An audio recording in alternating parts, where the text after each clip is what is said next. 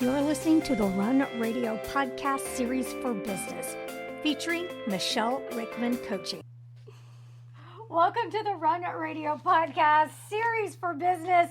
I'm Trina Wilcox, and this is Michele Rickman, and we're not, studio quality, so we're trying to figure out if we talk to each other, if we look at you.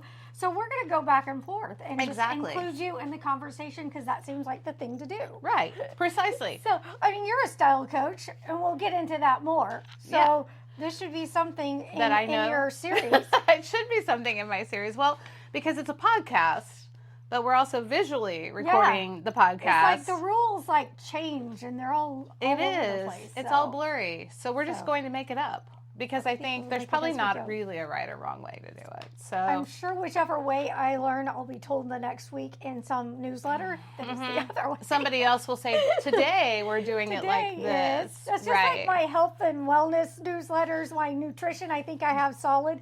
And then the next week, caffeine's not good for me. The next week, I need buckets. Absolutely. So, it's sort of like writing blogs, and somebody will say, oh, don't just post your blog out there. And then the next person will say, oh, just post your blog out there. Just get it done. Yeah. I have always said that, I heard this quote years ago, and it has stuck with me. So this is for everybody. Ignorance on fire is better than knowledge on ice. Ooh. Oh, and it seems like a lot of people, they live by that. Just embrace it and do it and fix it the next time. So one of the things I love about Michele Rickman Coaching is that you kind of champion yourself as helping people kind of get out of their own way. Mm-hmm. But I want to take it back a little bit and just get to know you. What brought you to coaching? Was this something you always had on your radar? What did you do in past lives? What brought you to here? I was a sailor. No, just kidding. Not that far back past life. Far back. Gotcha. I guess I've always known that I wanted to help people. That has been a big one for me. I think it just came natural to me. I was always the kid who wanted to collect something to help somebody in need, things like that. And then when I was in high school, I actually discovered that a lot of people came to me for tutoring. So I was a tutor for a lot of different students my junior and senior year. I had a block in the library where people could come to me and get help. Mm-hmm. So, and I loved that. But I realized what I loved about it was seeing somebody feel empowered. Yes. That was so huge to me. So I went to a really small school. Mm-hmm. I graduated with 54 kids. And we were the biggest graduating class in a long time. So very small school in Southeast Missouri. Yay, West County Bulldogs. Yeah. I knew everybody in school. And I love to be able to help people feel successful. So English tutoring, history tutoring, things like that. I was on the yearbook staff. And because we were a small school, though, we did not have a lot of the academic offerings for extracurriculars. Yeah. We had foreign language club and things like that. But my junior year, we had an English teacher who had a theater background, and she had a theater class, and I was unable to take it, but was one of those kids my whole life growing up. I want to be a singer. I want to be an actor. I want to be in theater. And then I go to a school that doesn't have that. But my junior year, I couldn't take it because my schedule was so full. Okay. So excited that my senior year, I was going to get to take Mrs. Barron's theater class. Yeah. And she quit. She moved to a different school. I don't even remember exactly. Like, here comes Michele. Maybe she had a baby. I really don't remember the circumstances, but that was her last year. And they were unable to find a new English teacher who had a theater background. Yeah. So we did have a new English teacher, and she did agree to be the theater advisor teacher. Mm-hmm. But it was different because all the kids who had the other teacher the year before had actually had theater class. And they had done a play and all of those things. And so I wanted to do that too. Mm-hmm. And so the class, this still makes me laugh. The show that they chose to do that year was The Wizard of Oz. So, but not the musical version. There is a play that is not the musical version that's actually based on the book. So they didn't want anybody singing? We just, to do a musical is huge. Okay. And that would have brought in the music department. And I see. Okay. Yeah. Okay. So that was a lot. So we did the play. Yeah. And, well, first of all, can you guess what part I got? I did get a part in the play. It was a big part, but... Glinda the Good Witch. No, not Glinda. The Auntie M. Nope. No. I wasn't the witch. I was not the witch. Nope. I was the Cowardly Lion. Oh! I was. And it was so fun. I was so excited to have that part. I love that part. He's one of my favorite characters in the show. And it's, it's a lot of physical comedy, a lot of verbal comedy with him. And so I was that. I thought it was a really big undertaking that we were doing, considering that we had a theater sponsor who had no theater background. Sure. But what did I know? Because I didn't have any theater background either. However, we started doing the show, and instinctively, I just knew what things should look like and how to do it, and could help everybody figure out bumps in the road. And I actually ended up helping her direct that show. Oh, wow, cool. Yeah. And so that kind of opened a whole new world for me. And in my junior year, I had decided I wanted to be a teacher. I knew that. Okay. Because I loved the feeling I got when I saw those people reach their goals, understanding something, getting it. Yes. And so I knew that teaching was the way I wanted to go. But I thought I'd be an English teacher. And so we had a community college in our area that had a huge theater department, community theater department. And I'd been there to see shows, that kind of thing. So one of my friends who was in the play with me was also a dancer. And she had done summer theater there and was auditioning. This show was her audition to get a theater scholarship there. And so the director was coming. She was making a big deal about it. Obviously, I wanted things to be good for her so she could get the scholarship. And when the show was over, Dr. G. Richard Renee, most amazing man, most amazing man, he was about your height and very, not very tall is what you say. very diminutive man, came over and introduced himself and asked me about the show, and that I guess the teacher had told him that I'd had a big part in helping block it and everything. And he asked me if I would be interested in an academic theater scholarship. It was new that year. And he was looking for someone who could be his assistant to the director. That's gonna feel really good. It was. I was blown away by it. And so the next day I went to the counseling office and said I didn't even know this was a thing. And she said I didn't know it was a thing either. Or he did. Our counselor was a man. And so I filled in everything and I got that scholarship. Nice. And that was the opening to really everything I am now. How so? Well, I didn't know that, first of all, that this job even existed, that you could be that assistant to the director, assistant director. But Dr. Renee just had this way of identifying people and what they were really good at. And so he brought me in to be his assistant, taking theater classes, taking my English classes. So I did end up graduating with an Associate of Arts in English with an emphasis in theater. And he just had so much trust in me that I didn't even realize that's what he was doing. But he was asking me questions about, well, if we do this, this, and this, how does that look to you? Yeah. And we did a play in the fall and a musical in the spring. And it was time for the spring musical my freshman year. And so it was community theater. So theater where adults, were coming from all over the community, and we were doing Sound of Music. And the two leads in that were people that I recognized from the community. It was a music teacher and somebody else, and they were absolutely amazingly incredible. And then we had all of this talent because, one of the nuns had been a Broadway actor. Wow. All of these things from this community. And we were midway into blocking the scenes and everything, and unfortunately Dr. Renee's mother passed away, and he had to go to New Hampshire. Yeah.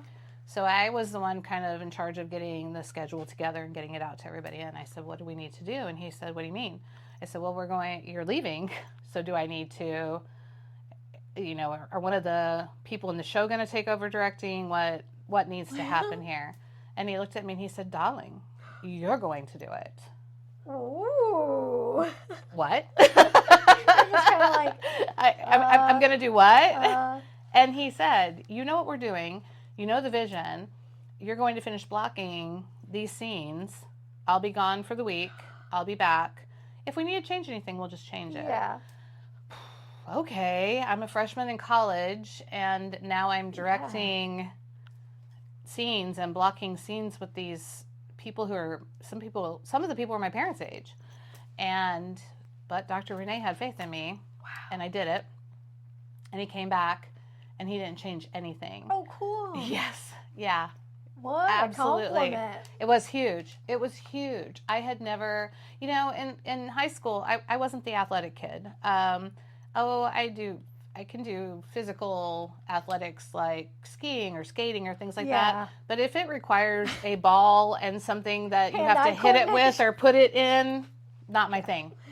And so I didn't have that world. Yeah. And so it was like this door opened and I found my place, that I was able to do casting. I was able to, like, when he was casting a show, we did it together and we figured out the connections between people, and he taught me all of that. But he had this way of teaching that you were doing it right by his side. Right.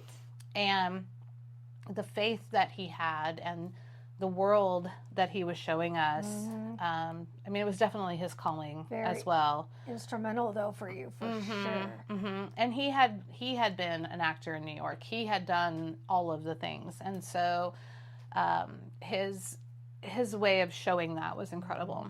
And then I went on to finish my degree at Southwest Missouri State University. You guys know it as MSU, but the school I graduated from doesn't exist anymore. Yeah, I might be able to dig out one of my dad's sweatshirts that said SMSU. I should have one. Right? Well, But yeah. So it became Missouri State, but it was such a great school opportunity for me. But I didn't do theater there because I had to finish up everything else that I was doing. And I graduated with a Bachelor of Science in Education with an emphasis in English and speech and drama. Okay, cool. And my first job was a teacher in Fairgrove. The teacher who taught that in Fairgrove had taken a sabbatical, and they needed a teacher for a year. And I wasn't sure what I wanted to do. I didn't know if I wanted to go home, if I wanted to stay here, and that seemed like the perfect opportunity. And so when the superintendent brought me in to interview me, because I'd interviewed with the principal, he said, I want a theater department here. We're a small school. We've had a speech department because that was her forte, speech and debate. He said, what would it take for you to create a theater department here? And he's expecting you to come in and so what's your brain doing in this moment?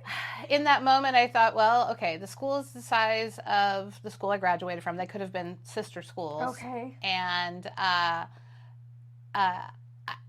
just thought, well, okay, this is what I need. And, when you're in a small school like that, you have to share everybody. So you have to share the athletes, the band kids, everybody, because there aren't enough kids to do just one thing. Right. And so they have to spread themselves out. And the thing I requested from him was, if they were going to ask me to do that, then I needed them to take it seriously and trust me, that I was happy to work around all of the other schedules, but that theater had to be seen as an equal to everything else that was happening. And he said that they would do that. And so I took the job and I left thinking, what did I just do? So scary. And I thought about Dr. Renee and the theater department and what I wish I had had in high school. Yes. And what these kids deserved. Yep. And so that's where I started. But the thing I discovered was, they thought, we're from a small school. We can't do these things. We can't, up until that point in time, their idea of theater was doing skits and things like that. And so I brought in the first show that we did. And it was the first show that I was a part of at Mineral Area College, where I had done that. And I thought, this is a perfect fit for them. It was called Don't Drink the Water. It's a Woody Allen show. And so I thought, this is perfect comedy. This is a good start for us. And I realized that people just hadn't told them how much they could dream outside of athletics and things. Not that that's fine. It does a fit for some kids, but there are some kids that just doesn't fit. And so I did that. Turns out the teacher didn't come back. And in March of that year, she was coming back. Yeah. And in early May, she contacted and said she wasn't. So they came and said, please tell us you didn't take another job. And I hadn't yet. And so I taught there for another 8 years. So I was there for 9 years. Wow. Cool. And then I taught a year in Ashgrove. And in that time, I realized how many people are afraid to get up and speak. How many people have incredible stage fright. How many people don't think that they deserve to be seen and heard. So I started creating programs for my kids based on continuing education things that I did, but mostly based on what I learned from Dr. Renee and the people that he would cast in a show that no one else knew their talent. Yeah. You know, and the people that he lifted up, including me, and I wanted to do that for other people. So that's what I did, and I created ways for them to gain that self-esteem, feel that. And I actually have a student that I'm friends with now who had horrible stage fright. She was the girl in high school who did all the things. Yeah. She did all the things. She was president of every club, and she was straight A student. Walked into my public speaking class and told me that she'd just take her up because she was terrified to get up and speak in front of people. And I helped her work through that. She became one of my best competitors at speech tournaments and individual events. And she actually now is a singer and a voiceover artist and a public speaker. So good. Yeah. Yes. So and that was, I just slide the trash can over. She'd be sick, and then we'd do her thing. And She would get sick. She would get so stressed out, and that's when I started really wanting to understand the fear and what was causing it, and the physical side of that, and to help people understand it and how we can overcome that. Yeah. So then I started creating a program for my kids to help them with that, and it became a part of the class. So 8 years you were there. What else? Well, 9 years. I was there 9 years. What else was going on in that time? In that time, when I graduated from college, I was actually in a relationship with a guy that it was our 3rd year, and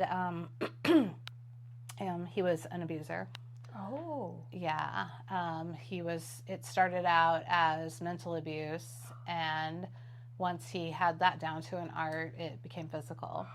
So in my last 2 years of college and my first year of teaching, I was in that relationship with him, and I didn't know how to get out of it. It was the first thing I ever really rebelled about, that I was going to date this guy, and so I didn't want people to know. I didn't want anybody to know what was going on. So that whole first year that I was being successful with my students, I was hiding what was happening in my life outside of that. When you're being, you have so much confidence to teach and to pour all of that into them, what What was going through your mind in the relationship side of it? Did you think maybe you were going to change him too? That's how it all started. Yeah. I really, and he used that. It was, here you have this amazingly wonderful life and my life sucks. That was his view on things. And when I'm with you, I feel like a better person. And so that's how it all started. And then I just was sure, that if I loved him enough or I supported him enough, that the anger issues, the abuse would stop. But it just got worse. And I so badly wanted my first year to be successful that I actually just put that all on hold and thought I can't do both of these things. Address it and get, So I'm already used to this, which is really sad, now that I think back on it, that I was coming back to my apartment and he didn't live with me, but he was just there all the time. And, that I was coming back to my apartment and in a slow way, though, he did manipulate the situation to where he was living with my roommate and I. And all of that because he was going into the Navy. So he said he was a liar and abusive and manipulative and all of those things. And what really got me, my brain wrapped around of getting out of it, was feeling so successful helping these kids that I felt that was my calling because I was watching these students shine, kids who maybe hadn't had something before or didn't know they could be good at multiple things. And my students that year were so amazing. And I just realized I have to be this person everywhere. I don't have to take this. Hindsight's 2020. I think of the number of times that I should have called the police, that I should have told my parents, but I was embarrassed. And that's a big thing that abusers use over you is the shame version of things. And so I got rid of him. I told him that we were going home to see a show. And it was the only thing I could think to do. Yeah. And, a friend of ours was in a show back at the community theater where we met. And they all knew him, too. And they didn't know that side of him. And I was hiding all of it really well. And I took him to his mother's house. And he said, it's time to go to the show. And I said, yeah, but I'm not going with you. Because it got so bad one night that I thought he was going to kill me. And yeah, I mean, you had to protect yourself. Yes. And it sounds like that was a very smart thing to do. I'm not. Right. I mean, you can't, I always tell people all the time, it's really easy when you're on the outside looking in to say, well, you should have left or you should have gotten out. But when you're in it, the path is not that clear. No. And it's very scary. And fortunately, I wasn't married to him. We didn't have kids. I had that ability to get rid of him and get him out. And I do know now as an adult, and I was an adult then, but I was only in my early 20s, 22, and I really thought I was keeping the pain from everybody in my family too. I didn't want them to be hurt by what I had done. And it's crazy, this psychological game you play with yourself too, not because they've been playing it for so long and they're so good at it that, when I started standing up to the mental abuse, that's when the physical abuse started. And that's a really hard thing to come out and tell people that that's happening to you. And actually, it was the high school nurse who sort of caught on, and it was because he got really angry at me. I was on the phone with my dad, and he thought I was talking to another man, and he had come into the apartment and heard me, and was just getting off the phone then. It was just coincidental, and he just lost it. And I told him to get out, and he said, make me. And he came at me, and he was hitting my head. He was hitting my head on the wood frame of the couch, and I knew that this is really bad. It was starting to, things get black. But, back in the day we had those princess phones, yeah. the ones that are attached to the wall. Some of you may not know what that is. But he picked it up with his hand, and he was going to hit me in the face with it. And I said, you got to stop. I mean, I was seeing stars, and I said, you've got to stop. You're going to kill me. If you hit me with that, you're going to kill me. And he stopped. For himself, obviously. Oh my gosh. Yeah. And I went to school the next day because it was affecting my job. I did call in a few times after he'd done stuff like that. But this time I went to school not even thinking that I probably had a concussion. I just wasn't thinking that. And throughout the day, I just started dizzy and spots. And I went to the nurse's office. And like all abused people, I made up this story about how it happened and that I slipped on the stairs and hit my head on the banister. How do you even come up with these things? I don't know. And why are you protecting that person? Like, I look back on that now. But she said, wow, this is bad. And I'm going to send you home this afternoon with these things. And I'm pretty sure you have a concussion. And she, as I was leaving the room, she said, I think you need to stay away from that banister because the next time that it jumps up and hits you. She knew. Yeah. She knew. And I knew then. And that's when I thought, who am I? What am I doing here? I'm empowering these kids to be seen and heard, and I'm afraid to be seen and heard. Yeah. And so I did. I kicked him out, and I got counseling, and that summer, so not very many months later, I met the most amazing man, my husband. And and he was a part of that healing journey, but he was just such a good human. And I found myself telling him all about it one night, just sitting there talking. And there was no judgment. There was no any of those things. And so my healing journey began before that. And I just really jumped into that because I wanted to go back to school that next year and really be the person who was standing up in front of those kids. Right. And empowering them to be seen and heard. And that was obviously, if I could change it, I would, but it also is what made me who I am. Yeah. It also allowed me to see that I can actually really hear people, and that I'm very empathic to people's needs and emotions and things like that, and that can be an amazing blessing. But I also learned how to not let people use it against me. So I think it made me a better teacher for those students. It made me a better person.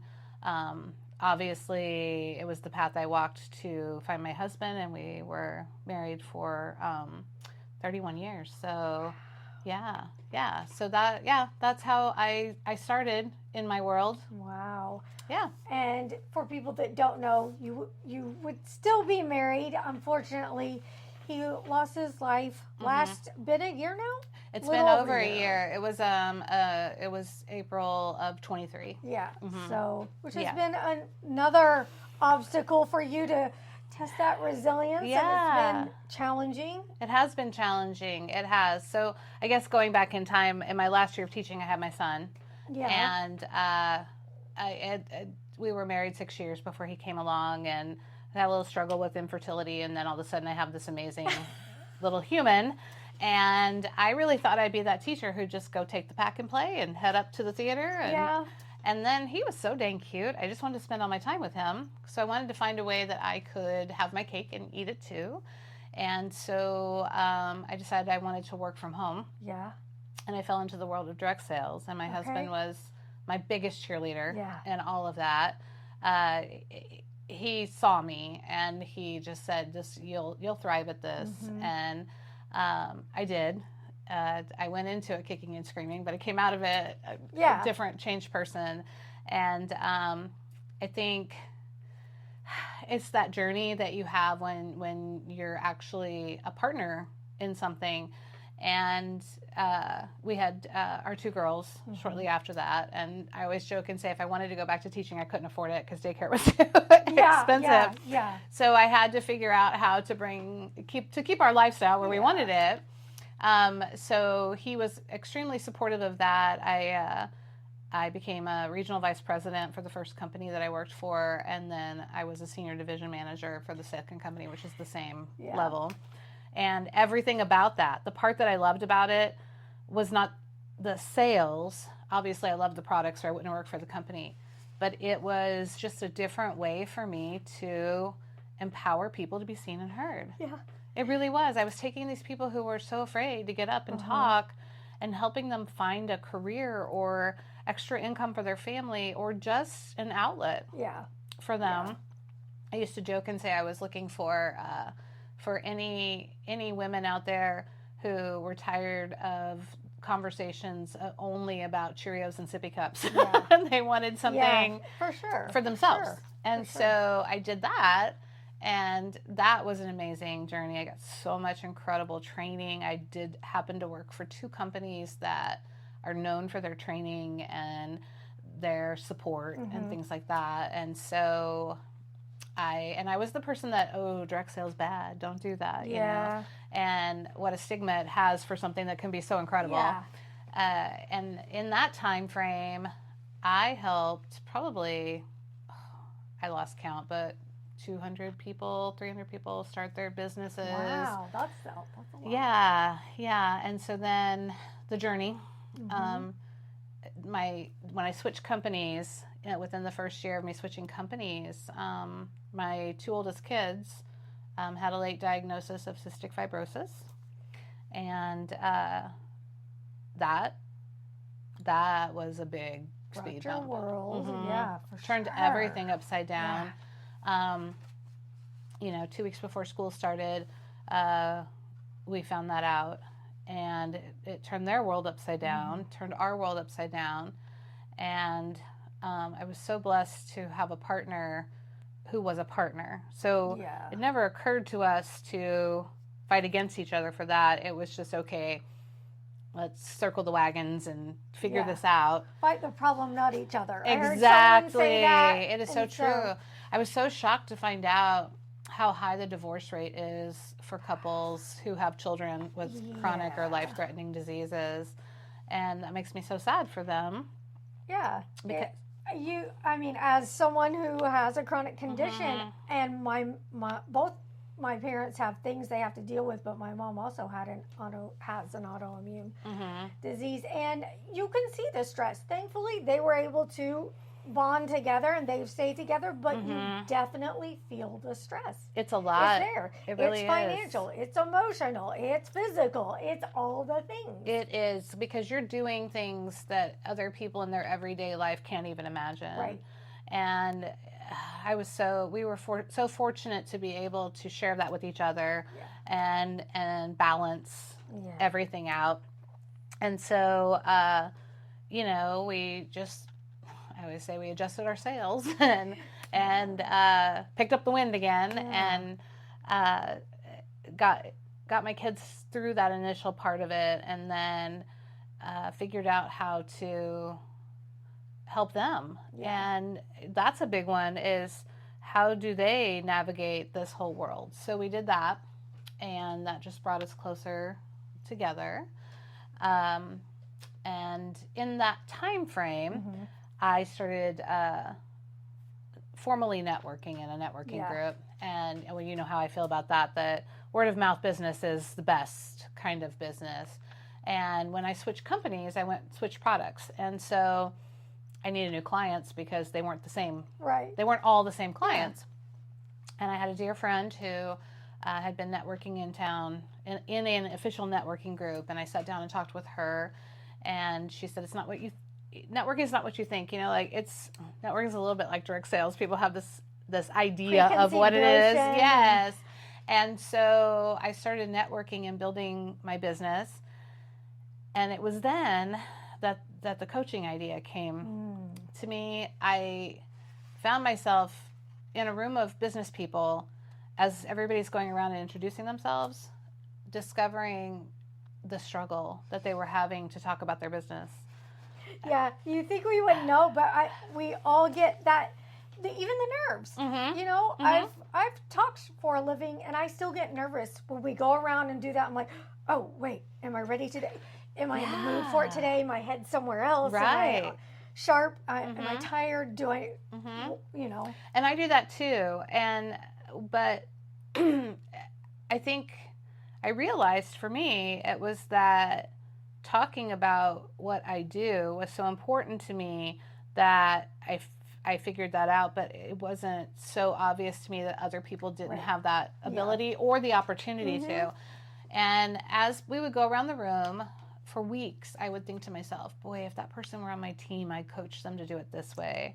Wow, I could really show her how to get over that. Or I would have a one-to-one business meeting with people and realize they really knew their business, but they weren't really telling anybody that. Yeah. Here they knew the nuts and bolts of their business in and out, but they didn't know how to talk about their expertise and value. And I had started working with a business coach at that point because I had some pretty big goals and dreams that I was trying to hit. And at one of our meetings, I said to her, what if I said that I thought I wanted to coach people outside of my team?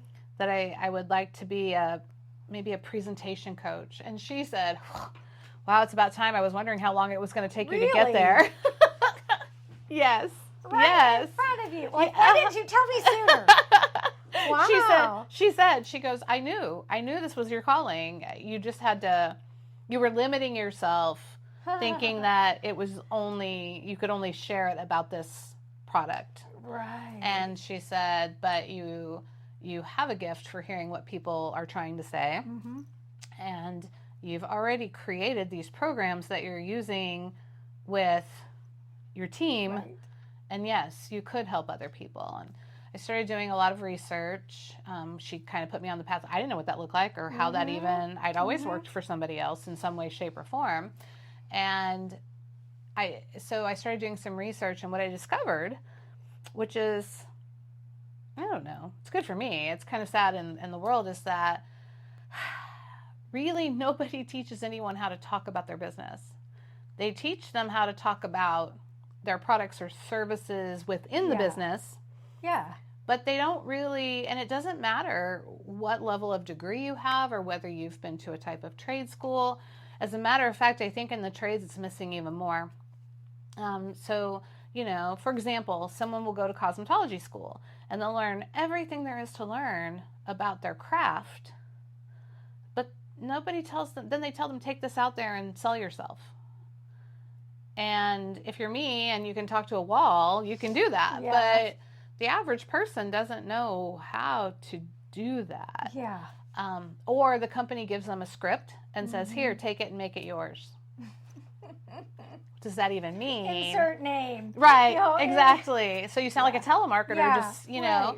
Right. And so when I learned that, I sat down again with my business coach and my husband, and we sort of fleshed that out, what that would look like. How would I help people? And I realized that I was already doing it. So that was the funny thing, is I was already giving it away to people, which was is great. kind of neat because you knew. I You knew. knew this was it. Mm-hmm. And I think that can be hard for other people too, but we will get into all of that more. Yeah. And so I started 4D, style and presentation coaching, leading that to that's your fourth dimension. You know, we're three-dimensional people, but your fourth dimension is your persona. And then through networking, I grew and started really honing in on that niche, and that has all changed to Michele Rickman Coaching, and I'm a confidence and presentation coach. And in that process, my husband passed away. Yeah. I think other than becoming a parent and being responsible for 3 little humans, that's probably been the most challenging thing I've had happen. Yeah. That's been a big one. He was my rock. He was my cheerleader. He was my friend. He was my partner in everything that we were doing. And it was completely unexpected. Yeah. So, he came home from work and went out to do his thing on a Friday, mow the grass, and had a heart attack.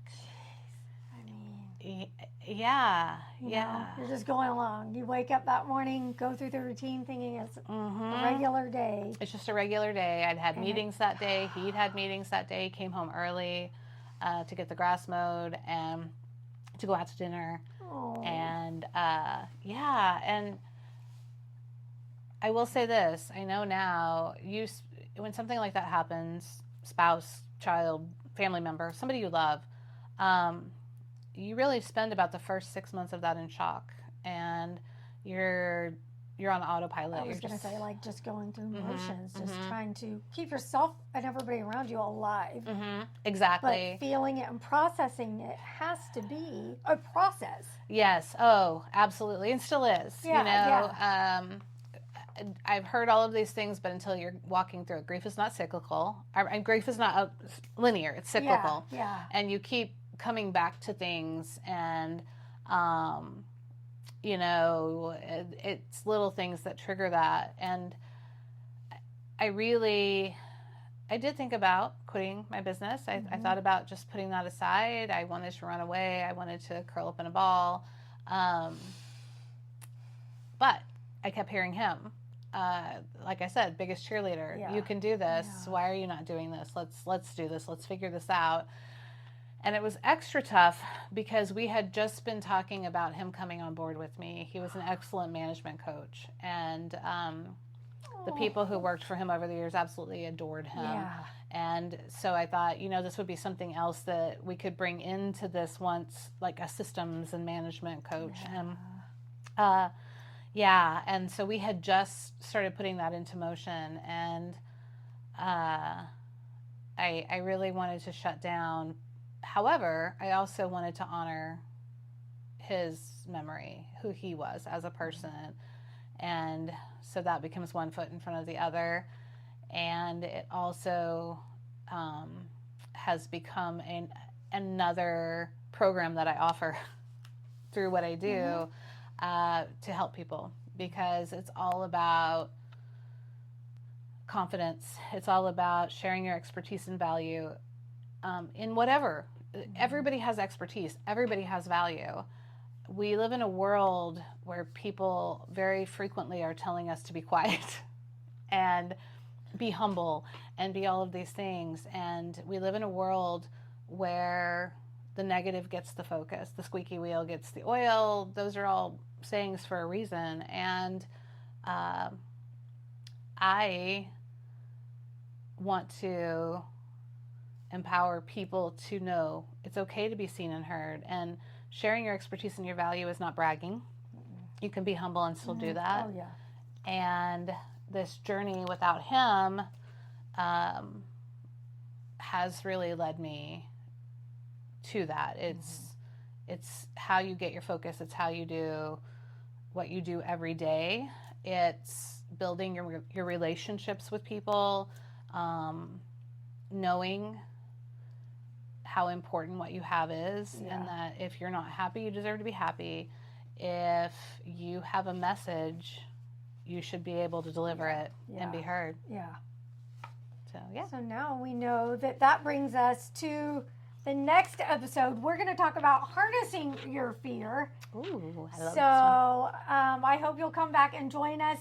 Thank you for sharing so much this far. You're so multidimensional. Oh, thank you. And you fit in right with the theme of Run Radio. You're tenacious and you're resilient. So thank you. I'm excited for the next episode, and we'll be talking more with Michele Rickman from Michele Rickman Coaching. Come back and see us. Thank you. Thanks for listening to the Run Radio Podcast for Business series featuring Michele Rickman Coaching. Learn more about Michele and her coaching at michellerickman.com.